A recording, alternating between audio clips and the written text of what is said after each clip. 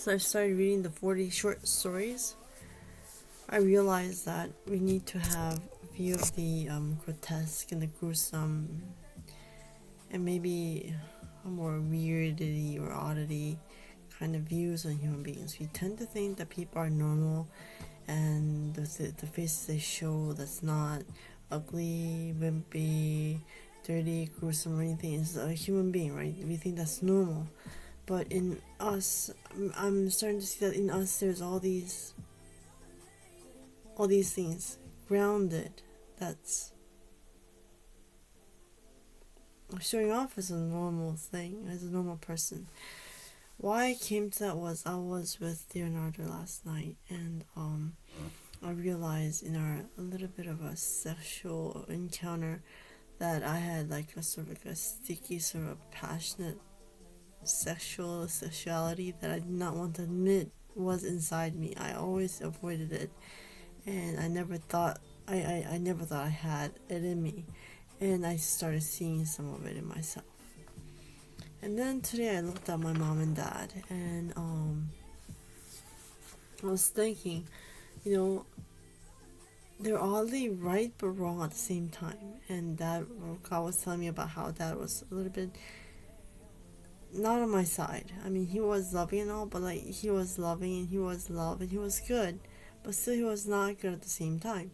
And so I was wondering how that's possible, and I realized that my views of human beings were a little bit too superficial. It was just not. It was surface level and was not in depth. Maybe that was a problem. Maybe I needed more analysis into human nature.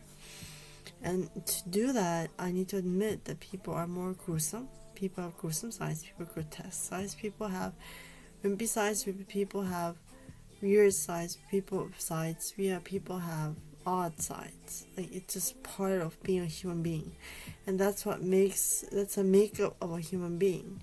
And we need to analyze into it more deeply, otherwise we miss something that's what devil might be playing with at the end. And I'm reading my first story of the 40 short stories in anthology. And the first short story is Young Goodman Brown by Nathaniel Hawthorne. I felt I needed to know something about the grotesque in order to understand human beings more and to analyze my mom and dad more. In other words, and also I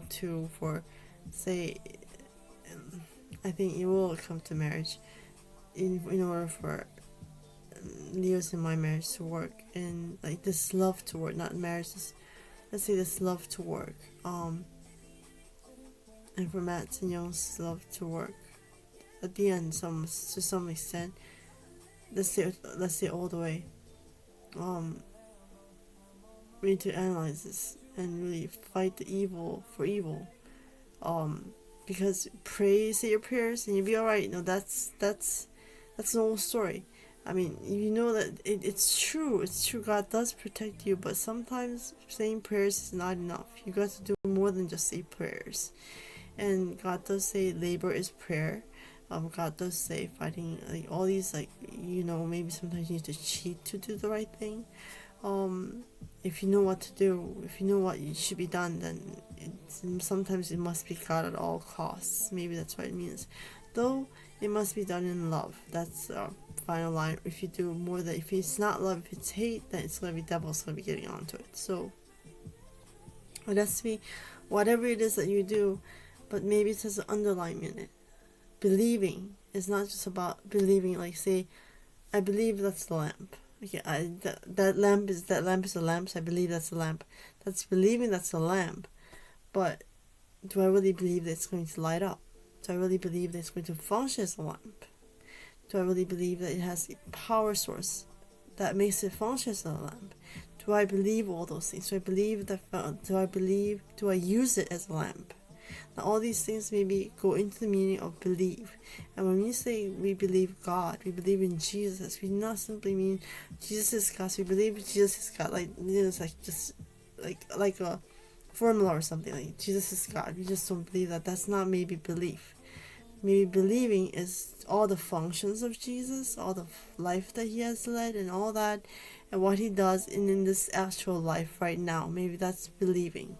And me believing must live accordingly. Maybe that's believing. Maybe that's what believe God means. So, so all that put together, praying doesn't mean just, God, please don't do this for me. Maybe praying means doing everything. Like everything. So, with that said, let's look at younger member a bit.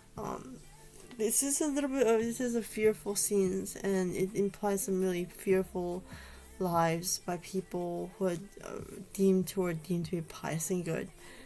But are we not like that? Do we fight it? Are we not living that way these days? Just because we have committed a few crimes or we're not in jail does not mean that we don't live that way. You can live good, thinking it's good, but maybe sometimes that goodness is sort of more evil than good. For example, like you condemn a person because he's evil, but was he that person really evil, or were you evil? For example, like Nathaniel Hawthorne, the Rappaccini's daughter, the main character ends up killing the daughter who was poisoned by nature, and he wants to cure her, so he brings her antidote, listening to this gentleman who told him about this antidote. And so she brings her this antidote, and she dies, and she says, are you sure there was not more poison in yourself than in me? Like those kind of things, it's like ambiguous, like that situation right there.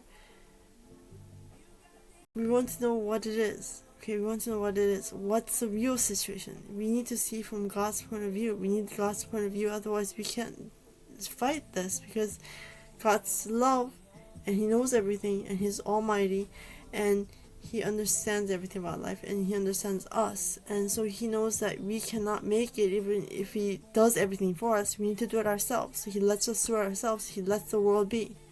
It's not because He can't intervene, it's because that's the only way we as a creation would work. Maybe that's it.